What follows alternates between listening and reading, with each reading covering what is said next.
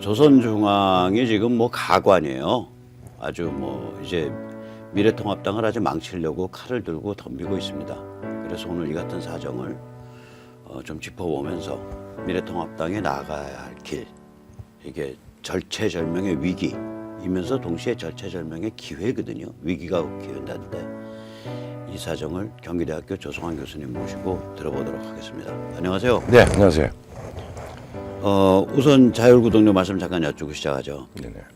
신한은행 14001-108493 주백모 프로덕션 자율구독료 부탁드립니다. 도와주시는 덕분에 맨날 광고는 저기 무슨 뭐 변기 내려가는, 변기에 물 내려가는 광고, 별로 광고료도 안 나오는 광고만 실려 있고, 그런데 꾸준히 갈 수 있는 건 다 도와주신 덕분입니다. 자, 지금 뭐 우리는 이제 저 리스트, 저게 지금 한 20개국 이상 되는 리스트인데 저 리스트보다 우리는 한참 아래에 있어요. 그래가지고 이제 한국은 끼지도 못해요. 예, 그렇겠네. 사망자 수 살벌하죠. 예. 어제 하루 사망자 수 쭉 한번 짚어볼까요? 한번. 미국이 2,400명이 넘었네요. 2,400명.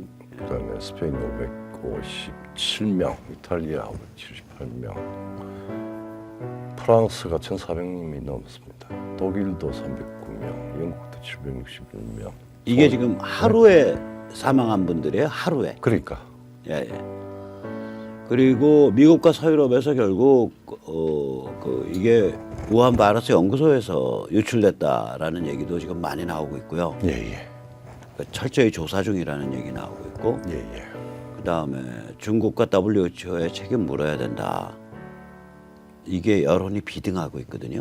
뭐 그 이야기가 안 나오겠습니까? 평시에 우리가 이 바이러스로 저런 명백한 그 중국으로부터의 유출인데, 예? 그 부분에 대해서 지금 거짓과 조작만 나오고 있는 거 아닙니까? 이제 아직 명시적으로 그러니까 가능성이지 유출됐다라는 단어는 없어요. 그렇죠. 가능성 가지고. 가능성. 계속 점점 이제 더 좁혀가고 추정되고 있다. 또 미국이 철저히 조사 중이다. 그러니까 이게 앞으로 우한 코로나에 감염된 박쥐떼, 그다음에 매개 생명종떼, 이게 스필로버 레저부아라고 그렇죠. SOR이라고 부르는, 이게 발견되지 않으면 이거 인간이 만들었다는 게 확실히 거의 뭐 피할 길이 없죠. 네, 그렇죠. 근데 지금 그것과 별개로 중국이 빼박인 케이스가 있거든요. 그러니까 인위적으로 지금 그 은폐했다거나 은폐한 것이 드러나와 있고, 그다음에 연구 시료를 다 없애버렸단 말이에요. 네, 초기에. 12월에 1월, 12월, 2월 초 사이 한 그렇죠. 두 달 동안. 소위 말하면 뭐 범죄라고 추정하는 가장 중요한 게 초기 증거들을 없애버리는 게 어떻게 보면은 가장 의도적인 은폐를 의심할 수 있는 거고, 그 다음에 뭐 의료 보호 장비라든지 이런 것들 다 매점매석하고 역정보 올리고 또 뭐 그 하는 것들이 다 국제보건조약에 뭐 규칙에 위반이 되는 거고, 그래서 이 부분에 대한 어쨌든 간에 지금 중국이 유엔에 그 보건조약에 가입을 하고 있는 상황에서 당사국으로서 이 제약국으로서 그 부분 책임은 일단은 물어야 되겠죠. 그러니까 지금 빼박으로 책임을 질 수밖에 없는 부분이 은폐, 연구시료 파괴, 의료 보호 장비 매점 매석, 역정보 이제 처음부터 나왔는데 처음에 중국 발표가 이게 사람과 사람 사이엔 전염되지 않는다라고 발표했었거든요. 그랬다가 다시 이제 그게 이제 그거 제일 중요한 그러니까 이런 것들이 국제보건조약 (International Health Regulation을) 정면으로 위배한 것들이 되나서 다른 나라들로 하여금 여기에 대응을 할 수 있는 시간을 한 2달 이상 지연을 시켰다. 그 사이에 이제 유럽은 아래로 잠재적으로 쫙 깔렸고, 서유럽은 그리고 서유럽이 다시 미국으로 넘어갔고, 서유럽에서 미국으로 다시 넘어가고, 이런 문제들이거든요. 이게 동아시아는 모범적으로 미리 막은 아주 대만이나 홍콩, 싱가포르, 그건 가볍게 넘어가고 잘 견뎠고, 우리는 중폭격 맞았는데 우리 시민과 의료진, 그리고 또 우리 의료 체계 이게 다 우리가 예, 예. 전 세대로부터 물려받은 미덕이고 제도입니다. 예. 예, 그렇게 해서 우리는 제어를 어느 정도 했고 예, 예. 여기 이제 골아퍼지는 거죠. 예. 자, 그래서 이런 상황에서 이번 총선이 치러진 거잖아요. 그렇죠. 예. 그래서 이번 총선에 대해서 좀 한번 우리가 이제 4대 플레이어를 한번 생각해 볼 수 있거든요. 이제 체계적으로 좀 생각해 보죠. 네, 하나는 이제 문재인 문팔육, 아이고, 뭐. 그 다음에 조선중앙 및 그 앞잡이, 예. 그 다음에 부동층, 그렇죠. 그 다음에 보수층 이 예. 4대 플레이어가 예, 이번에 예. 작동을 했단 말이에요. 예, 예. 이 4대 플레이어 각각을 한번 보죠. 그럽시다. 예.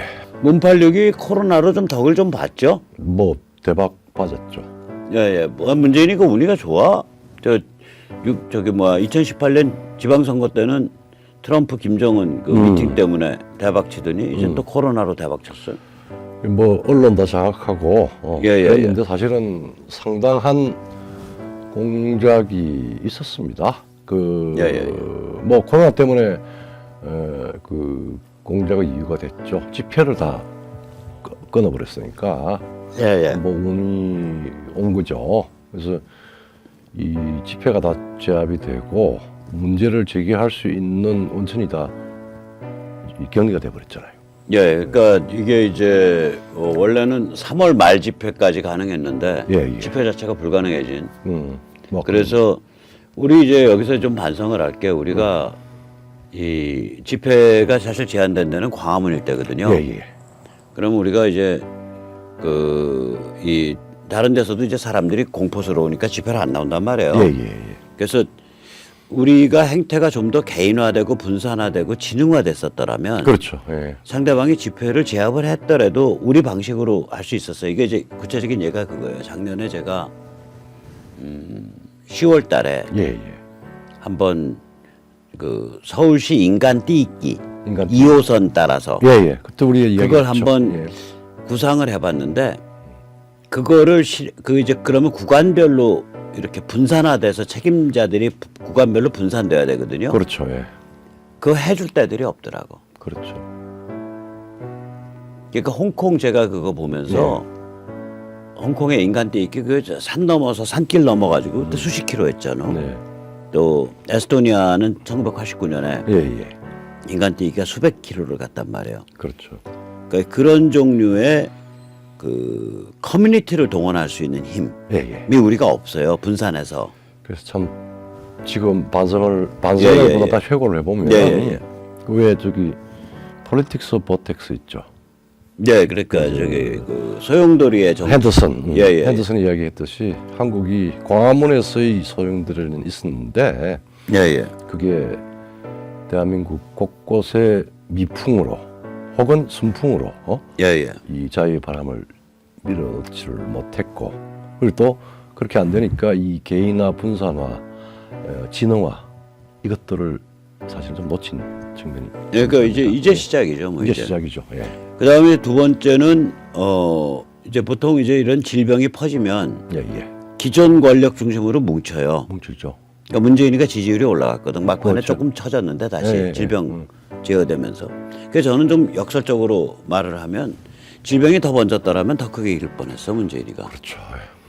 뭐 저는 그렇게 봅니다, 사실. 그리고 또 상당히 체계화된 뭐 집권 세력이니까 또 여러 가지 수단도 많고 언론 뭐 조직 그다음에 사실은 이 정권의 또 다른 속성이 다 알고 있지만은 굉장히 국가와 공적 조직에 소위 말하자면은 이 따개비 같이 붙은 굉장히 많은 조직들이 있습니다. 그게 청년들이나 이런 이 조직 동원 능력이 있었고 선거에도 일부 작용했다는 이야기가 많이 있습니다. 예. 그러면 이제 이렇게 되는 상대방은 그렇게 아주 100% 지능화돼서 아주 조직적으로 이 움직였는데 이쪽은 이제 저는 요번 보면서 이건 조선중앙의 권력 불장난이었다라고 봐요.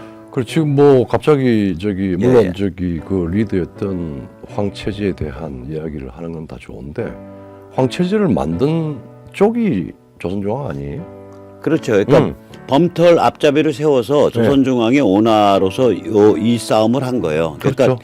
솔직히 말하면 4.16 총선의 패배는 우리의 패배기도 하지만 사이로. 4.15 총선에 그 조선중앙의 소위 이 권력 불장난의 패배예요. 이거. 묻지마 반문이죠. 그렇죠. 묻지마 반문 게임. 네. 그것의 패배죠. 패배인데 이제 범털 내세운 게 이제 황교안, 김영호, 김종인, 김무성, 유승민, 박형준 이런 범털들을 내세워서 권력 불장난을 한 거 아니에요. 내가 짬뽕이라고 얘기했는데 쓰레기장이죠, 뭐. 그렇죠. 종합 쓰레기 처리장으로 만들었죠. 그래서 그 그 안철수당이니 뭐 바른미래당이니 갔던 사람들 다 끌어들였는데 그 중에서 당선된 사람 몇 명이나 있어? 뭐 유승민계가 둘이 있고 예. 그다음에 뭐 안철수계가 몇 명 체크 안 해봤는데 예예. 뭐 서너 명 될까 말까 그럴 겁니다. 합해서 한 100명 될 겁니다. 그 쓰레기장 만들어서. 예. 그러니까 종합쓰레기장으로 조선중앙은 이렇게 종합쓰레기장 만들면 그걸로 선거를 이길 수 있다고 봤고 그 선거를 어느 정도 이기면은 자기들이 배후에서 권력을 장악하는 딥스테이트가 될 수 있다고 본 거예요. 그렇죠. 뭐 근데 지금 또 그거 가리려고 난리잖아요. 어제 오늘 뭐 계속 응? 뭐 아주 이거 어떻고 뭐 30대 40대가 어떻고 이제 뭐 완전히 설레빠치고 있지. 우리는 그런 의도가 없었다. 잘 봐주세요 하고 이제 문재인 대통령 충성 이러고 있는 거죠. 조선중앙이. 오너가 자기인데 그저 그냥 응? 그 권력 장악하고 그다음에 예. 뭐 지금 공감이 없었대요. 유권자와 감동 있는 교감이나 교류가 전무했죠. 왜냐하면은 네. 뭐 이 지금 여러 가지 논란이 많은 사전 투표다, 부정 방지다, 뭐 더더군다나 이 참관만 제대로 체계적으로 이런저런 이야기들이 많아요. 그 피해 의식일지 아니면 사실일지 아니면은 그냥 아닐지 뭐 모르겠는데 참관이나 이 말하자면 이 주권의 행사를 하는데 절도 있게 해야 된다라고 하는 의식만 그리고 잘 훈련된 참관인들을 배치를 할 수 있도록 또 캠페인도 하고. 예, 예를 들면 이제 참관인이 서명을 봉인을 했단 말이에요. 예, 사전 예. 투표함을. 그럼 그 개함은 언제 되냐면은 4월 10일 날 봉인을 서명을 하면 개함은 4월 15일 날 돼요. 예. 그럼 개함 때는 참관인이 없어 거기에는. 그 그렇죠. 서명한 참관인은 아니야. 저 개함 개표 참관인이요. 그렇죠. 예, 예. 그러면 봉인지 촬영한 거 데이터베이스로 다 보내라. 기초적인 일. 네, 그래서 앱 하나 짜서 네. 참관인들 앱 교육시켜서 예. 항상 어디 해서 네. 보내면 그러면은 거기서 자기가 그다음에 이거 찍어서 그거 찍어서 여기 있는 앱과 비교를 해보는 그런 게 좀 있어야 되는데 그 봉인이 의미가 없는 거예요. 사전 투표를 하게 되면 봉인한 날 하고 봉인지 서명이 의미가 없는 거예요. 그렇죠. 봉인한 날하고 대여섯 세 떨어져 가지고 개함이 나니까. 그렇죠. 예. 그러니까 이 투표제도가 굉장히 문제가 많은 거예요. 이거 엄청 많아요. 뭐하러 봉인 서명을 왜 하는지 모르겠어. 그러니까 사전투표가 이게 편의가 일반화된다는 걸 부추긴 것도 그렇고 예, 그다음에 그걸 관리하는데 최소한 그 예. 선거관리위원회에서 관리할 수 아니, 있는 정도의 그리고 절도 있고 분명한 기준들은 이미 공론화를 시켜야 될 안에 법 자체가 있죠. 개판이에요. 법 자체가 개판이어서 이번에 미통당 그 당선된 분들은 이 법을 강화하는 투쟁을 해야 됩니다. 그거 어떻게 강화할지는 저희가 검토하고 있잖아요. 그렇죠. 벌써. 예. 예, 그래서 저희가 지금 법 강화할 포인트 찾고 그러려면 법조문이 어디가 어떻게 고쳐져야 되고 어디에 뭐가 삽입돼야 된다. 예. 그걸 지금 준비 시작했죠 저희가. 그렇죠. 예. 개원되기 전에 체크를 해서 일단 뭐 우리 주권자 전체를 위해서 필요한 작업입니다. 그래서 이제 교수님 중에서는 저기 국민대 이호선 교수님이 좀 해주시기로 했고 변호사 중에는 오늘 아침에 전화 와서 차교환 변호사가 해주시겠다. 아, 오케이. 오케이. 그래서 양쪽에서 검토를 해서 그걸 취합을 하면 제법 괜찮은 안이 나올 거예요. 그러니까 뭘 고쳐야 된다는 저희가 알아. 저희가 안을 드릴 수 있는데 그걸 고치기 위해서 법조문이 이렇게 바뀌어야 된다. 그래서 딱 저기 저기 국회의원들한테 입에 떠먹일 수 있게 또 명분도 달아야 되고. 그렇죠. 그거 만드는 거는 이제 전문가들이 해주셔야죠. 자, 그러면은 이제 조선중앙이 권력 불장난했고 거기에 이제 앞잡이로 범털들이 이제 황교안, 김용호, 김종인 뭐 이런 범털들이 설쳤고 뭐 다 아는 이야기. 그러면서 미통당은 표류를 해버렸고 예, 종합 쓰레기장으로 예, 유권자랑은 감동 있는 교감 교류가 없었고 예, 예, 이런 상태니까 부동층이 예. 만정이 떨어지게 되죠. 그렇죠. 이걸 마지막에 그 선거 막판에 있었던 근거 없는 낙관론이 부동층 혹은 중도층이 문재인의 실정을 심판하기 위해서 그 전에 왜 저기 나도 그 부분을 좀 생각을 했었는데 그 소위 말하자면 안철수당, 국민의당 그 부분에 한 6대4 혹은 7대4 하면 이쪽으로 올 거다. 그러면은 수도권에 한 2,000표, 뭐 1,000표, 2,000표 차이는 이쪽으로 와서 6대4 내지 뭐 반반으로 갈 거다. 그러면은 비등해진다. 뭐 이런 낙관론이 있었고 나는 조선 중앙도 뭐 그런 계산 그리고 처음에 그렇게 해서 이불장난을 시작한 거야. 이불장난을 시작한 거죠. 그러니까 그때 시작 시점에서 코로나 바이러스가 이렇게 심각해질 줄 모르는 상태에서 시작을 했지. 구도를 짜고. 그렇죠. 그러니까 근데 이제 뭐 그렇게 하더라도 그 찍을 이유를 최소한 몇 가지라도 이야기를 했어야 될 거 아니에요. 아무튼간에 이제 마지막 플레이어를 보면 우리 이제 보수 시민인데 예. 저희 쪽에 저는 그 투표율 올라간 게 우리 쪽에서 올라갔다고 보거든요. 예. 투표율이 어마무시하게 올라 60 지금 얼마 66%인가? 66점 몇 프로입니다. 네, 그렇게 올라갔으니까 예년 지난번 투표 때는 만정이 떨어져서 투표율이 한 2% 떨어졌었고 그렇죠. 지난번에 대해서 평균보다 한 6에서 한 10%까지. 아니요, 6 정도 올라간 거예요. 6 보통 60%인데 60%인데. 지난번이 네. 20대 때 그거보다 떨어졌은 거예요. 거의 떨어졌지. 2%포인트 정도 떨어졌는데 20대 대비해서 8%포인트 올랐으니까 8점 몇 프로. 그러니까 평균보다 6% 정도 오른 거예요. 그렇죠. 그러면은 이게 숫자로 치면은 지난번 대비해서 한 400만 표 이상 올랐기 때문에 그렇죠. 300만, 400만 표. 그래서 한 선거구에 14,000명 예. 평균. 예. 14,000명 정도 올라서 이 사람들이 이게 대부분이 아마 보수 성향 시민들이 많아요. 그렇죠. 오른 분이 올랐을 때. 그럼 이 사람들이 이 양반들이 이 미통당의 그 조중동 앞잡이들 밉상 행태에도 불구하고 결사적으로 나가서 표를 찍은 거예요. 그렇죠. 그래서 개헌자지선을 지켜낸 거예요. 영남을 방어를 하고. 예. 근데 이제 뭐 12책의 변지, 개헌자지선인지 이걸 가지고 바로 그걸 가지고 지금 해체하라고 그러는데 자기들이 만든 그러니까 조중동이 지금 미통당 해체하라고 그러고요. 자기들이 조선일보.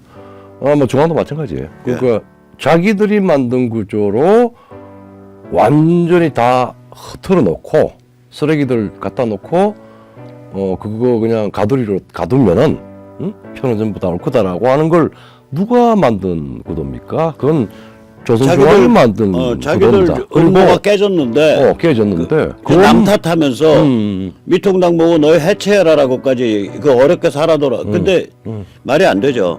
잠깐만 다시 돌아가면 보수 시민들이 이렇게 결사적으로 했지만 조직화된 움직임은 별로 없었다고. 전혀 없었죠. 왜냐면 당이 안 움직이니까 당이 이게 밉상이 돼 버렸는데 무기력하고 미통당이.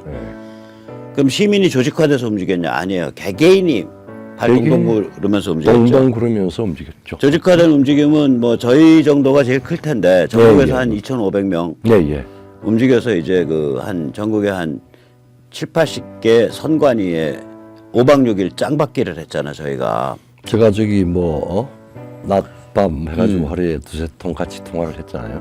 그 2박 4일 동안 전국을 돌면서 우리 그 원래는 금요일 날 밤에 한번 돌았고 이제 저는 그 다음에 이제 토요일 날 몸이 아파가지고 못 돌았고 일요일 날 저녁부터 수요일 날 오전까지 돌았거든요.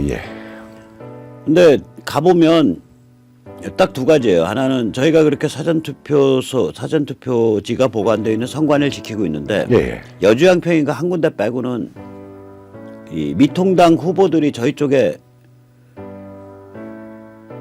그렇게 사람을 한 명이라도 보내준 게 없어. 우리는 하나 지키려면 사람이 한 50명 동원돼야 돼요. 그럴 수밖에 없었던 게 왜냐면 5박 6일을 지켜야 제가 돼. 한번 이야기를 그 개념이 없어. 왜냐하면은 가장 내가 이야기했는데 내가 한 세 가지로 했습니다. 가장 타락한 선거였습니다. 지금 그 타락했다는 게 무슨 뭐냐면은 한쪽에서는 지금 뭐 코로나 바이러스 가지고 막 그냥 돈 푼다는 것으로 경쟁하고 그리고 뭐야 체계화돼서 이게 선거라고 하는 조직을 만들지도 못하고 하는 방식으로 해서 그냥 정신 나가게 움직이고 두 번째는 가장 반민주적인 내가 본 선거 중에서는 어쨌든 왜또 아니 뭐 그냥 야 너 나가 너는 자격 없어 그다음에 정당의 후보 정당이 특히 미통당이 미통당이, 후보 세울 때 너 저기 뭐 여기 열심히 했는데 너 인천 가 뭐 너 어디 가 너 강남 있지 강북에 와서 해 아니 선거 한 달 놔두고 어떤 영웅도 어떤 인지력이 높은 어떤 사람들도 조직이 없으면 선거를 못 합니다. 아니 그러니까 미통당이 한 짓은 뭐냐면 패배할 짓은 다 했어. 다 했어요. 맞아요. 그거가 이 정도로 막아졌다는 게 그리고- 어떤 면에서는 그거예요. 그러니까 개개인들이 저는 이제 그 전에는 이제 선거 전에는 그런 말을 이런 말을 못 하잖아. 예. 웬만하면 이긴다고 말을 해줘야지. 그렇죠. 근데 실제로 그때도 제가 이제 복선에는 많이 깔았잖아요. 그렇죠. 정말 밉상스러운데 배 터지게 이기게 해주자. 다 나가서 미통당 찍어주자. 웬만하면 우리가 선거운동 예, 했었죠. 그렇게까지 말을 했는데 그게 이제 여러 가지 복선이 깔린 말이죠. 그렇죠. 예. 그래서 이제 이 선거 끝난 다음에 이 4.15 총선 끝난 다음에 조선중앙의 행태를 보면 정말 증오스럽거든. 가증스러운데 정말. 예. 우선 첫째 보면은 지금 이 한국인의 명운을 가로지르는 가르는 명운을 결정짓는 그런 문명 대 반문명 전쟁이 진행 중이잖아요. 지금 이 말하자면 우리 소위 말하면 지금 정말 우리가 참을 수 없는 이 위기의 3년. 그 다음에 최근의 선거 때 그걸 이제 정리를 하는데 세계사가 완전히 급류에 휘말렸는데 이야기를 안 하는 게 아니라 의도된 방식으로 거슬르고 있어요. 그렇죠. 네, 친중반미를 아주 지능적으로 암시하고 선동하죠. 그렇죠. 오늘 조선일보 어디야 워싱턴 지국장인가 뭔가 하는 영어 좀 나불거린다는 강인선 씨 오늘 희한한 글 썼잖아 또 조선일보. 트럼프와 미국을 분리해야 된다. 형식 논리는 맞아요. 근데 트럼프가 노선을 상징하는 사람이거든. 그 그렇지. 노선은 반중 노선이거든. 반중 노선이고 본인은 반중 노선이 뭐 말로는 뭐 위험하고 문제를 일으키고 한다 그러는데 지금 코로나 사태까지 왔고 그 다음에 미국 중국의 지정학적인 여러 가지 폐악질 그 다음에 확장 그 다음에 그 경제적인 침략이라고 이야기했잖아요. 그 여러분들 지금 비즈니스 하는 사람들, 사업하는 사람들, 되게 지각이 있는 사람이 이게 반문명이야라고 한다는 걸 다 느끼고 있고 하고 하는데 그걸 체계적으로 말하자면 있는 사실 그대로를 하는 게 아니고 이걸 트위팅 뽑아가지고 그러니까 강인선 말이 얼마나 황당한 말이냐면 미국이 지금 옛날 같으면 이제 남북 전쟁 중인 상태거든요. 그렇죠. 이게 총을 안 들었을 뿐이지. 예. 그래서 북군에 링컨이 있고 예. 남군에 누구야? 남군에 저기 뭐 리 장군이 있다고 치면 그 장군이고 그 대통령 있어. 이름 까먹었어. 있다고 치면 남군 대표자가 있으면 그렇게 전쟁 중인 상태에 대놓고서 링컨과 미국을 분리해야 한다. 그러니까 그건 혹은 북군과 미국을 분리. 왜냐면 링컨이 북군 아니요. 그러니까 이게 말이 돼. 강인선 씨 이게 말이 돼. 물론 형식 논리적으로 분리가 되지. 다르지. 그러니까 지금 선거가 이 상황까지 왔는데 어제부터 조선과 중앙의 이야기는 그렇게 패해서 시원한지 모르겠지만은 또 무슨 수국골통 뭐 이러면서 이제 해체까지 이야기가 나왔어요. 그 전에 잠깐만 이 조선중앙이 뭐 열심히 지금 친중반미 지금 코로나 때문에 중국 죽을 자리 들어섰다는 거 사람들이 다 아는데 다 아는데 이제 뒷북치면서 친중반미 하는 까닭은 뭐예요? 잘 모르겠네요. 원래 뭐 친중박지 아니에요. 원래 그런데 깊숙이 들어가 있고 그 다음에 이제 내가 보기엔 문팔육한테 잘 보이려 그러는 거야. 문팔육이 그렇죠. 제일 듣고 싶은 게 항복, 조선중앙한테 항복, 지금 항복선 오늘부터 항복 메시지인데 항복 메시지죠. 겉으로 항복합니다 네. 하고 쓰면은 효과가 없고 네. 문팔육이 제일 듣고 싶어하는 게 뭐냐면 반미선동이에요. 그렇죠. 그걸 해주는 거예요. 옛날에 뭐 원래 친중 박쥐인데다가 우리도 이야기 한번 했잖아요. 그 지난번에 왜 그 지소미아 파기 문제, 아니 저 아베의 그 뭐야 전략물자 문제 나왔을 때